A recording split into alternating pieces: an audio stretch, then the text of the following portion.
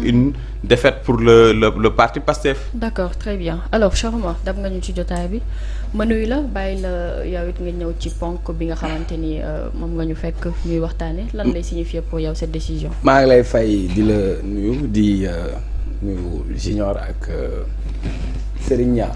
maa ngi lay fay frère. l'ami des Koulouna maa lay nuyu. Chaman namu naa la. maa la raw yaa ngi si jàmm di nuyu waa Pikine. di masawu aussi également waa Pikine ñi ma dëkkal nga xam ni dama yëg ni suma benn raq suma xarit Souleymane Diène ñu gën ko xam ci Julo Diène moo génn àdduna ñu doon ko denc tey waaw mu nekk nag raq ci man nekk xarit ci man nekk ku baax koo xam ni à l'unanimité ñëpp a ko apprécier Pikine ñëpp a ko bëgg nekk xale nekk ku baax koo xamante ni lu am bokkook nit ñi vraiment un jeune très positif quoi très nit ku baax donc ma koy jaale waa këram semaine bi passé rek maa ngi wax ak yaayam naan ko waa dinaa ñëw seen kër ñëw xool ci Souleymane fekk Souleymane dafay dem. ñu ngi la koy jaale yow it di bu baax ko masawu ñëpp. beneen bi dama leen dab ci waxtaan bi. oui. Je crois que loolu lu muy wone leen rek lay wone mooy que Sénégal c'est une démocratie majeure. Quand on parle de démocratie et d'état de droit d'abord dafa am ay critères yu tax ñu koy mën di wax muy séparation des pouvoirs et je crois que le Conseil constitutionnel comme son rôle l'indique moom dafay xool de la constitutionnalité des lois donc moom li ñuy wax contrôle de constitutionnalité des lois maintenant coow li bëri woon na ci parce que ñun ñii ñëpp dañu mës a gëm bëgg ni li amoon fii ci diggante at yi nga xam ne indi nañ loi d'amnistie diggante 2021 ba 2024 ñu gis ci ay mbir yoo xamante ni ay bakkan yu rot gis ci ay faits yoo xam ni c'est des faits criminels ñu indi loi d'amnistie boo xam ni ci patam lañ ko indi man bokkoon naa si ñi nga xam ni damaa mës a toog nag ne man ànduma ci loi d'amnistie gëwuma loi d'amnistie parce que la raison elle est simple dafa mel ni dañ ci doon maquiller ay crimes et quand je dis ay crimes je pèse bien mes mots ñu gis ay ndaw yoo xam ni boom nañ leen xale bi nga xam ni dafa yoroon drapeau fii ci Parcelles ñu dóor ko balu fetal Cheikh Wade am na geneen gone goo xam ni yàggul tuuti la génn àdduna parce que subir na ñetti opération ginnaaw bi ñu ko dóoree balu fetal ci biir ñu fi doon gis numéro 9 bi ñu koy laajte du dëgg gis fi ay torture weesuwul li ñuy def Pape Abdoulaye Touré je crois que ne serait-ce que pour loolu ñun li ñu soxla woon mooy mbir yooyu yoon mun ko àtte maintenant loi d'amnistie bi bëri woon na coow dem nañ ci assemblée tantôt on parlait de loi interprétative, tantôt on parlait d'abrogation partielle, mais pour moi le Conseil constitutionnel est venu nous conforter sur notre besoin et notre désir que la lumière soit faite et que justice soit rendue. Maintenant amul benn juge buy amati lay Conseil constitutionnel ginnaaw loi interprétative comme vous avez dit opposition bi dugaloon li nga xam ni moo nekkoon recours ca Conseil constitutionnel ngir mu àtte du dëgg loolu li muy wone mooy assemblée mën na jël dogalam Conseil constitutionnel ne ko dogal bi ànduma ci li muy wone mooy exécutif mën na jël dogalam Conseil constitutionnel moom mooy am le dernier mot la preuve Junior bi président Macky Sall jëlee décision ne dafay aj élection yi Conseil constitutionnel daa taxaw di ko du ci daal la preuve bi nga xamante ni la plupart dañ doon théoriser Bassirou Diomaye Faye du nekk candidat Conseil constitutionnel ñëw tegu donc ñun li ñu doon xaar mooy comme tu as dit c'est une victoire pour notre démocratie et il faudra se féliciter que au moins on a des institutions qui jouent pleinement leur rôle et qui assument la plénitude de leurs responsabilités parce que le Conseil constitutionnel ne doit avoir qu'une orientation c'est-à-dire la constitution maintenant constitution au Sénégal dafa am loo xam ni daf ñu koo tënkee ba pare muy ñaari mbir yoo xam ni Conseil constitutionnel dikk na ci benn bi mooy dignité humaine parce que suñu constitution bu Sénégal moom moo ne dafay sàmm dignité humaine kon lépp lu koy salfaañe constitution bi munu cee ànd. meneen bi li nga xam ni moom la ñu wax Sénégal dafa am ay traités internationaux yoo xam ni ñun dañ koo xaatim bokk ci ñu dem si suñu assemblée nationale ñu voté ko ratifié ko muy contre les tortures contre li nga xam ni ay crimes la. Donc le Conseil constitutionnel est revenu juste non pas ñu gisee ko comme dafa nekk victoire wala défaite mais dafa ñëw pour leeral parce que li mu wax boo demee nga xool ci alinéa entre ci décision yi 26 ba 31 dafa lay leeral ne la dafa am ay mbir yoo xam ne bu ñu ko jàppee comme crime moo xam faat bakkan la moo xam ay torture ndax Sénégal dafa ratifié ay convention ak ay traités internationaux yoo xamante ni le Sénégal ne peut pas se déroger à cela par conséquent amnistie bi mënul effacer loolu kon dañ doon wax interprétative ak interprétation je crois que le Conseil constitutionnel a interprété de manière claire et sans équivoque que les auteurs de tous ces crimes les auteurs de ces tortures les auteurs de ces traitements dégradants peuvent être poursuivis. Maintenant, le débat est clair. Que personne maintenant ne revienne ici pour nous dire que amnistie les conséquences daf ñu leeral lan moo ca bokk ak lu ci bokkul donc pour man dañ doon wax loi interprétative maintenant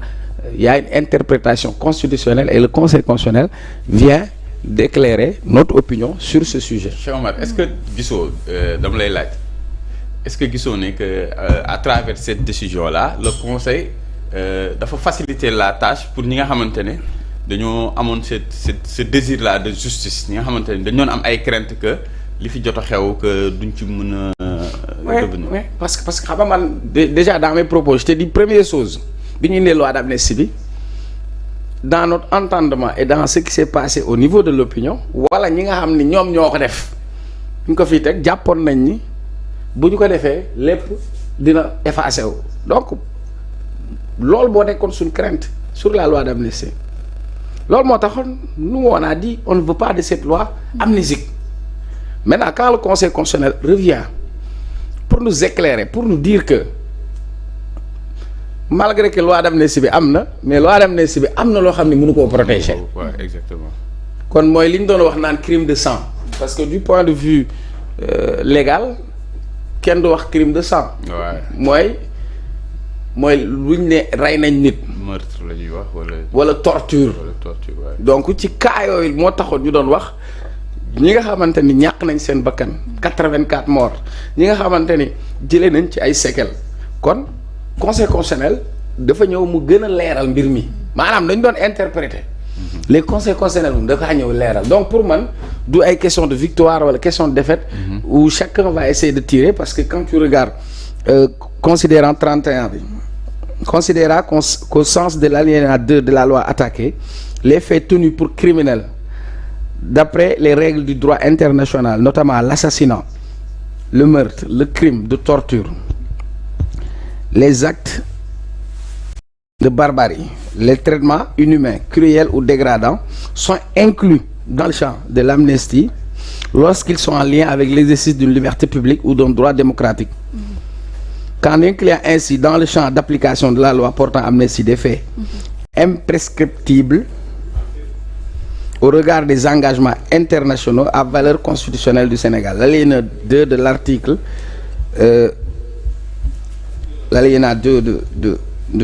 de l'article 1er de la loi numéro 08/2025 du 2 avril viole la Constitution. Donc ça veut dire ñoom ci loi bi nga xamante ni ñoom dañ ko indi alinéa 2 bi dafa nekk loo xam ni dafa dëppoo ak constitution bi parce que tout simplement constitution bi dafa sukkandiku ci traité internationaux yi nga xam ni ñun suñ ko voté rek dafay am une valeur juridique. c'est-à-dire tey bu ñu la doon wax porter loi yi am na yenn traité yoo xam ne boo ko xasee ba ratifié dañ koy inclure ci sa ordre institutionnel donc ça ci sa ordre juridique. Donc, le Conseil constitutionnel sukkandiku. Donc, pour moi, comme on a dit, nous, on ne peut que s'en féliciter si on a un Conseil constitutionnel qui joue véritablement son rôle de sentinelle, qui joue son rôle de contrôle de la constitutionnalité des lois. Donc le débat est clair. Comme dañu nekkoon ci ku nekk am foo ko xëccee am foo ko waxee du dëgg conseil constitutionnel nag ñëw na yëf ya leer nañ mooy rien n'empêche que les auteurs de crimes de torture soient poursuivis devant les tribunaux pour les actes qu'ils ont eu à commettre durant cette période. Oui, au-delà de ces auteurs yi nga xamante ni ñoo def jëf yi nga xam ni moo weesu ci at yi on a vu Juan Branco moom it suite à la décision bu conseil constitutionnel muy wax ni saisine bu cour pénale internationale par nos autorités ñi nga xam ni ñoo fi nekk ñu jëmee ko ci l'ex-président Macky Sall jamono ji dafay yomb ginnaaw cet rejet de la loi interprétative donc mën nañ jàpp ni jamono ji ci suñu président Bassirou Diomaye Faye ak premier ministre la des ngir ñu procéder si suñu ko bëggee. waaw pour man Juan Branco moom day wax xalaatam je crois que c'est un avocat il a eu à s'impliquer notamment en portant le combat, n'est-ce pas? Il a été aussi une victime entre guillemets dans ce combat parce que il a été embasté tout ça du dëgg. Mais tey comme li mu ko waxee te moom xam na ko parce que bu njëkk bu Juan Branco il parlait de CPI. Je crois que si jamono boobu laa leen wax ni CPI état rek moo fa mën a yóbbu du dëgg. État rek moo fa mën a yóbbu un citoyen mënul saisir CPI. li mu wax dëgg la su fekkee dañu bëgg a topp Macky Sall cour pénale internationale loolu état wu Sénégal lay dépendre et kan moo représenter état wu Sénégal c'est le président de la République. du dëgg mais moi je crois que man gëwuma sax CPI quoi. bu fekkee dañu war a topp Macky Sall am nañ fi ay outils yu ñu ko mën a toppee. bu fekkee dañu war a topp Macky Sall du n'est-ce pas fii lañ toppee woon Hissène Habré. qu'est-ce qu'on avait dit. Mbacké Fall bii nii. moom moo nekkoon foofu di. procureur général. ah.